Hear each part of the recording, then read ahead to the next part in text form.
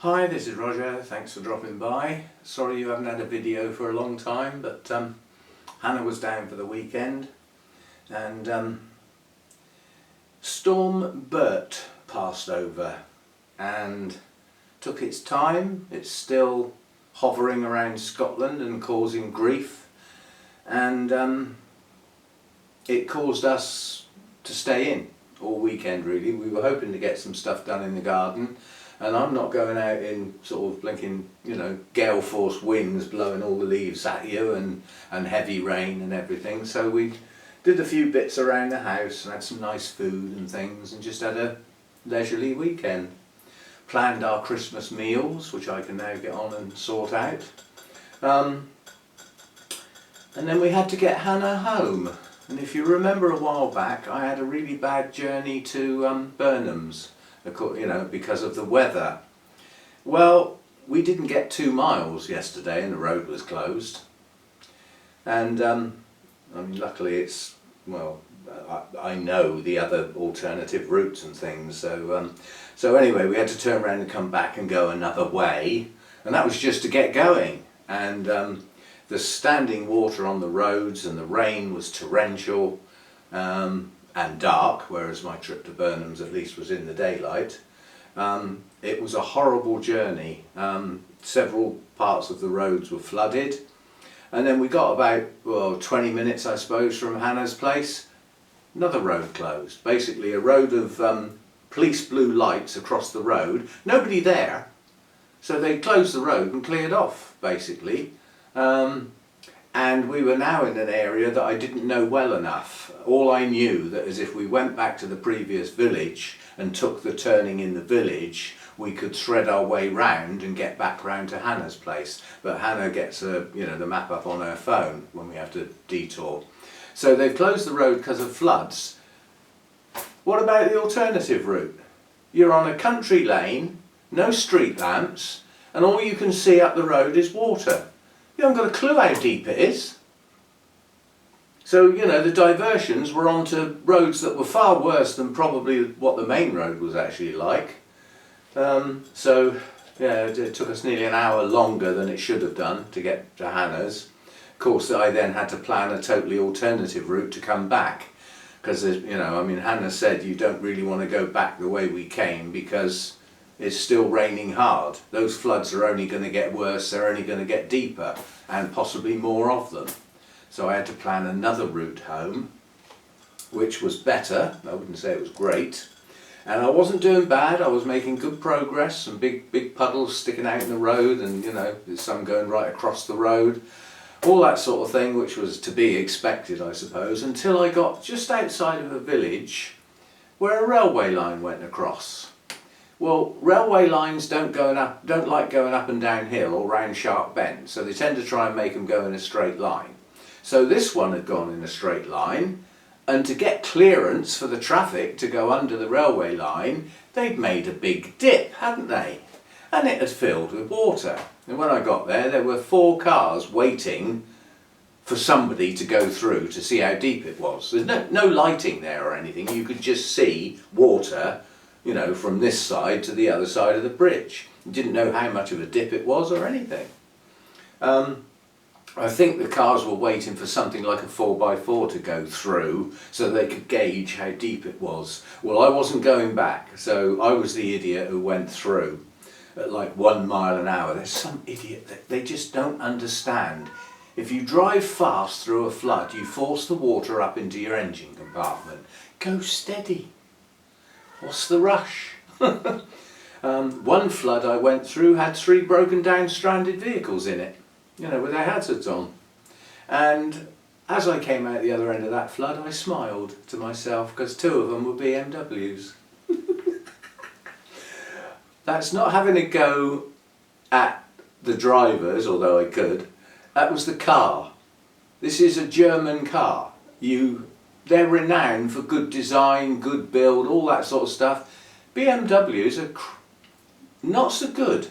Basically, all engines have a vent, and the one on the BMWs is too low down. So if you go into flood water, you suck water into the engine and you effectively write it off. and your insurance will not cover you because you were stupid enough to go in the floodwater. What do you want, eh? What? I'm just coming to say hello, I think. I've just woken him up coming in, coming in from going out. I've just been for my blood test, so I've got a hole in my hand.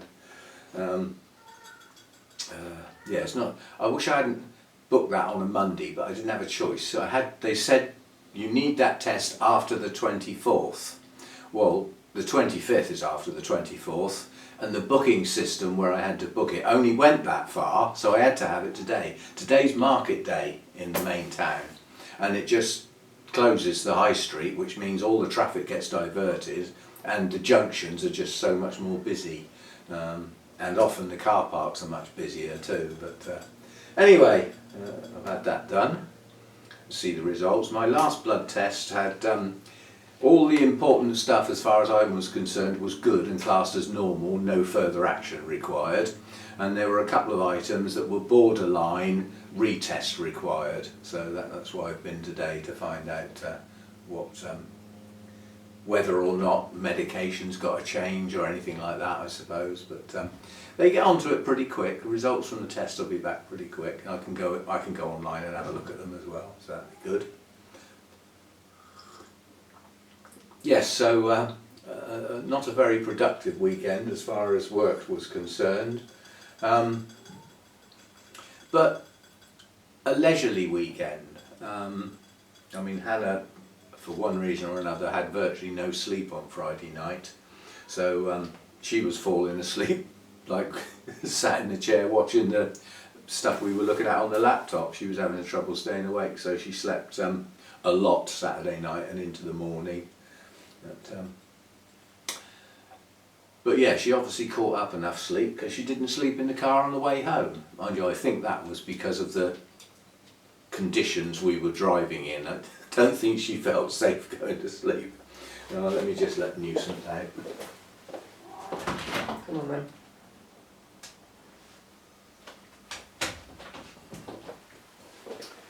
Right, so yeah, as I say, lack of videos lately, but that happens. Monday's normally my day off, but I thought I'd have a chat this morning just to get a video up, say hello, I am still alive and all that sort of stuff.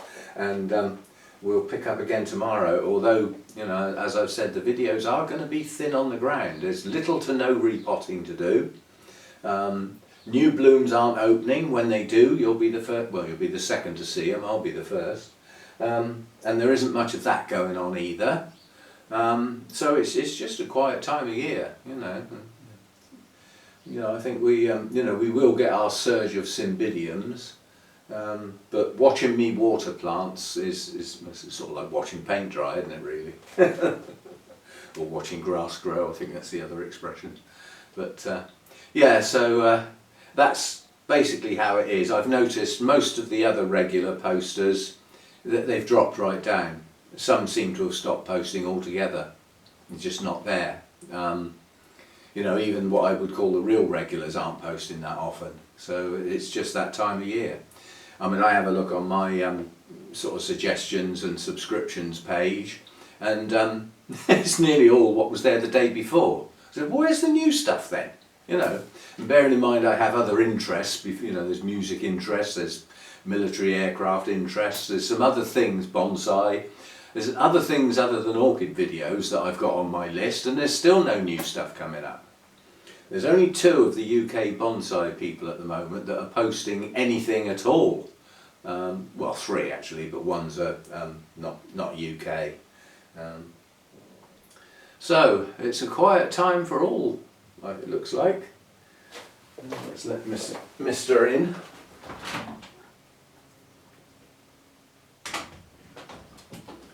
There we go.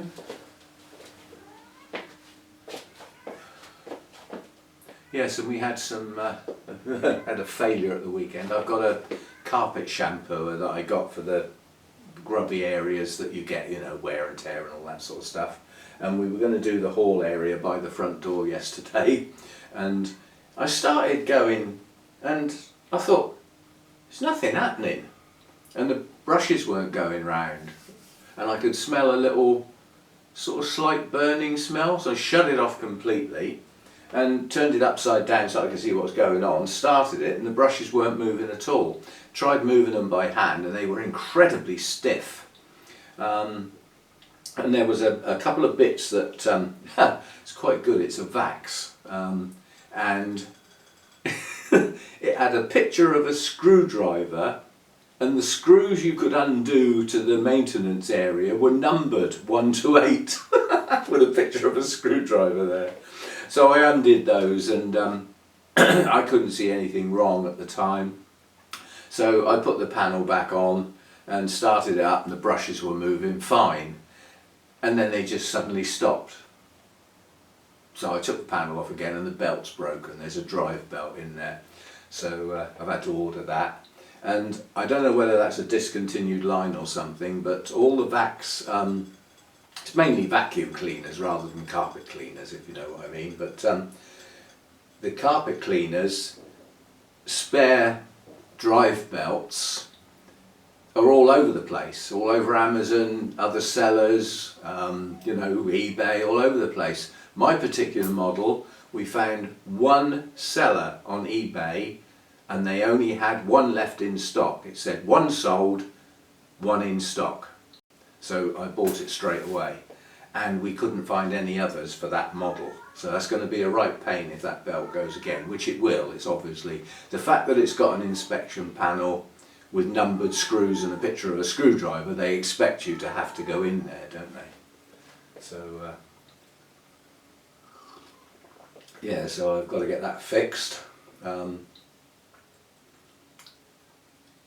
Yeah, not much else. I mean, Hannah's head on her vacuum cleaner actually broke, so we took mine up with us when I took her home, and then she hoovered the whole flat, and then I brought it home again.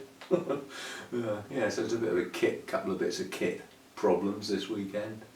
So yes, I need to do watering. I haven't done any for quite a while now. Things are going to be starting to get a bit too dry, perhaps. Some won't, and some will. So I'm not going to do it today. I'm having a day off, apart from this. And there's a good snooker competition on.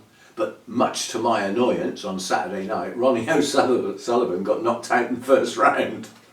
And he's the one I like watching the most. That's all it is. I mean, I'm not fussed who actually wins. There's just certain people I don't enjoy watching. I mean, there are a couple of the top players that deliberately grind the game to a halt because it winds the other person up. They do it on purpose. I've watched them.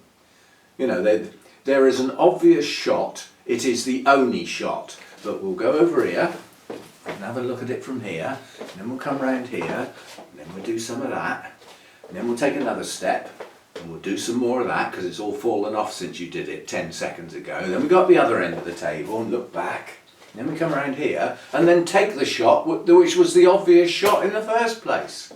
And you can almost hear the person sat in their chair grinding their teeth. And they do it on purpose, and it makes for the most tedious, boring game to watch. So I don't like watching those type of players. I like the ones that get on with it. And Ronnie O'Sullivan is just one of those. He seems to be able to scan the table and know the shots for the next 10 minutes just by scanning a quick glance like that, and then he's off. You know, there's none of this walking round and round and round, and you know, I mean, they all chalk their cue every time they stop. If they're not walking, they're going to do some of that. They must get through a lot of chalk. And most of the time it's totally unnecessary. It's a habit. It's just a habit. It's what they do. But I do enjoy watching some of the good players. There's some really great young Chinese players getting onto the tours now. They are pretty good. What they lack is match experience. You know, they can pop balls, they can do all that sort of stuff, but they lack what's called match experience, which is a lot of it's in the mind. You know, when you seem to be doing really well and then suddenly you get knocked back, it's how you handle it in your mind. All that sort of stuff.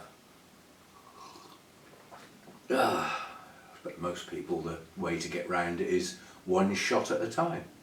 You know, like if you're unwell and you need to recuperate, it's one step at a time. So there we go.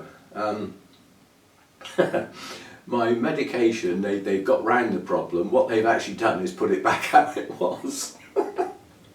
It's quite comical really, because although I explained it's the system that's the problem and their lack of understanding, because it's a system that holds a piece of data. When you first set a prescription up, you've got the number of tablets on the prescription that you're issuing and how frequently you take them.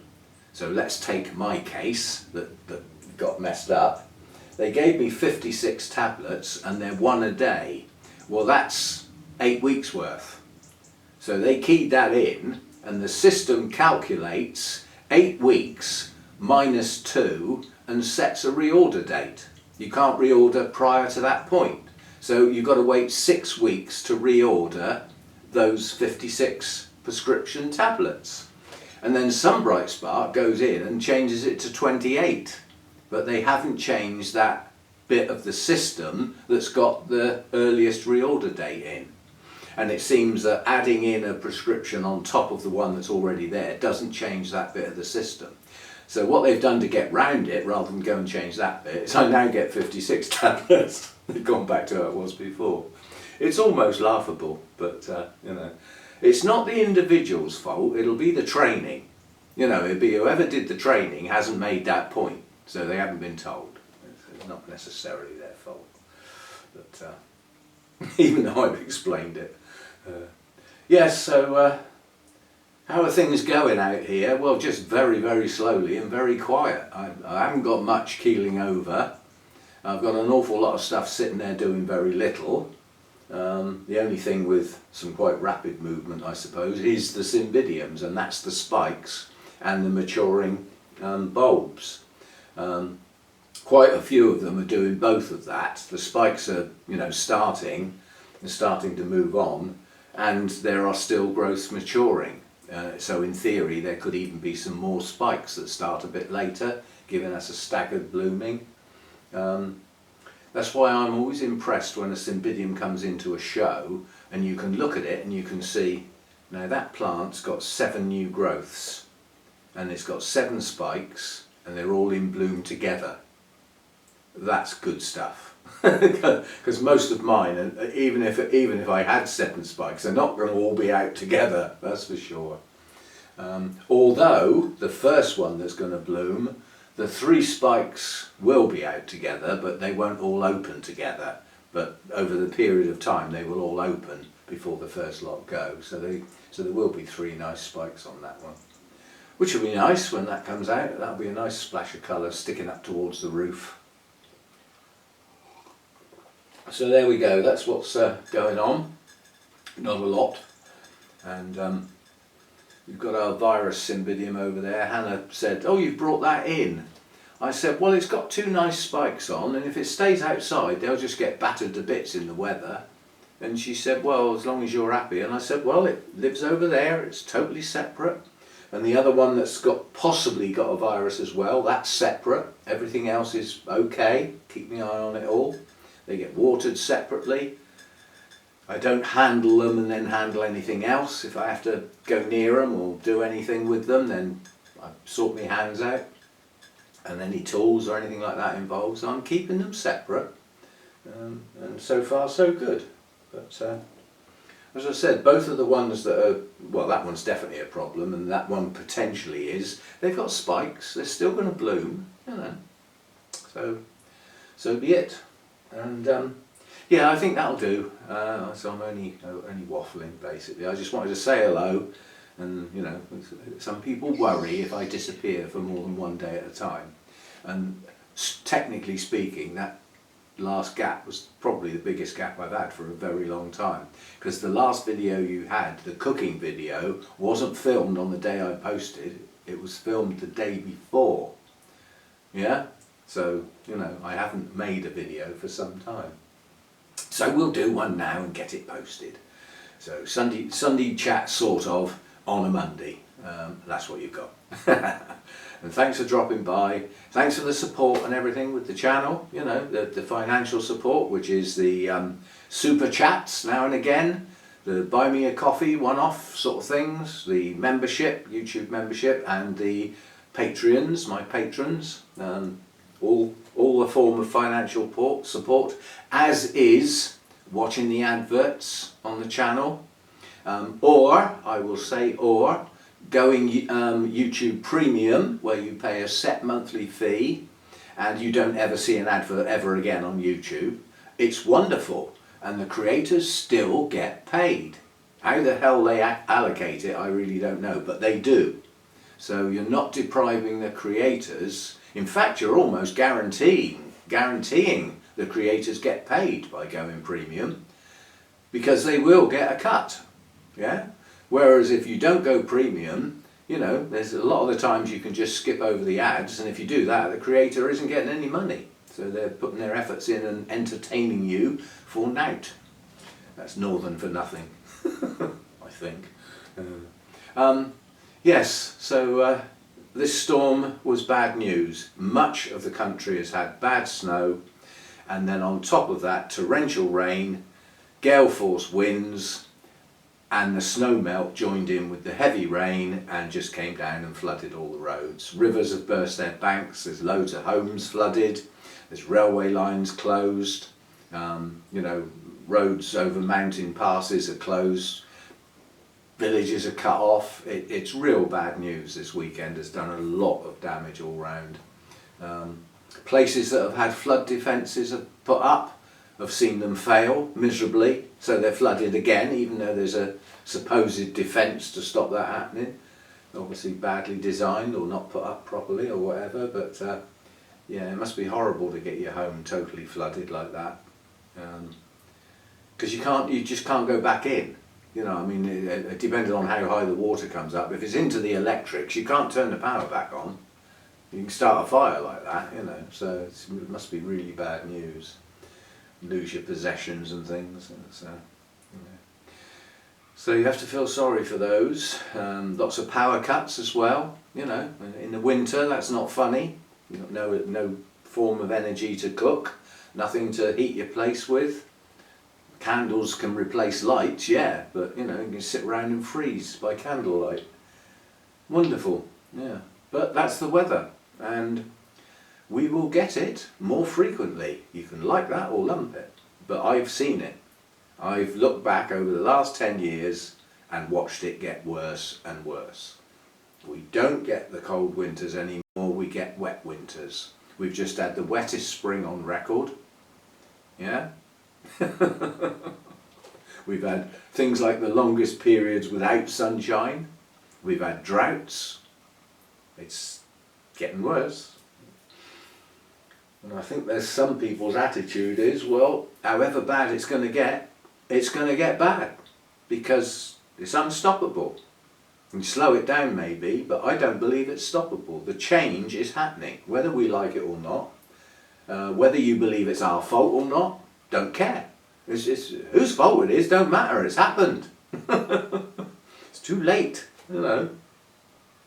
And yeah, lots of people huffing and puffing about what ought to be done, but there isn't a lot can be done, I don't believe, you know.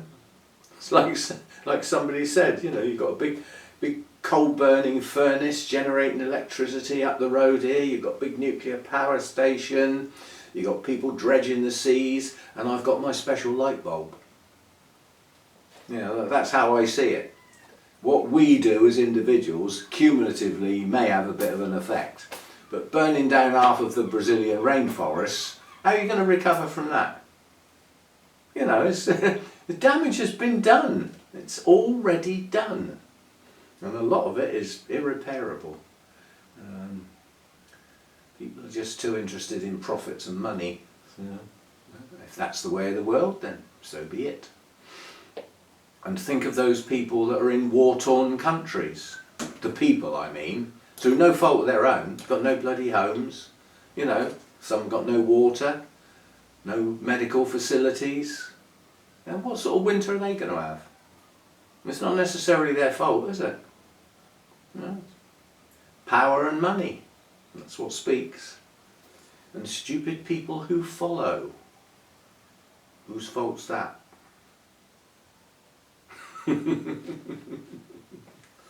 Careful what you wish for. And I will see you next time, because we're going down a dangerous road here anyway, especially in this country now.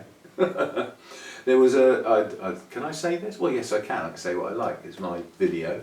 One of our comedians who is very outspoken, and as far as he is concerned in his mind, he can make comedy out of anything he likes, because he's not really anti anything, he's making comedy out of it. That's his attitude. So this is going to upset some people, but basically he purports that God's busy on his workbench, and Mrs. God comes up. That's going to upset some people. What are you doing then? So I'm making man. Oh, yeah. What's he going to have? Like, he's going to have big claws or something? No. What's he going to have, poison or something then? No. What's he going to be, really big then? Yeah, no. What I'm going to do is I'm going to give him a really big brain, and he will invent things, and he will learn things, and he work out ways of doing things, work out ways of growing things to feed himself, working how to take down large animals and things like that, so that he can dress in their skins and survive the ice ages. Mind you, he will become frightened of words eventually. Don't be one of them. And I'll see you next time. Bye for now. Somebody's found their nice sunny spot. Mind you, we don't see much sun now, and it don't last long because it moves so quick this time of year. Or it appears to anyway. But he likes his new blanket. He's on it most of the time now, and he really likes it when he can sit there and be nice and warm in the sunshine, as he did back in the summer. You know, out on the decking, up on the bench in the sunshine. Let's hope he makes another summer. You know, hopefully.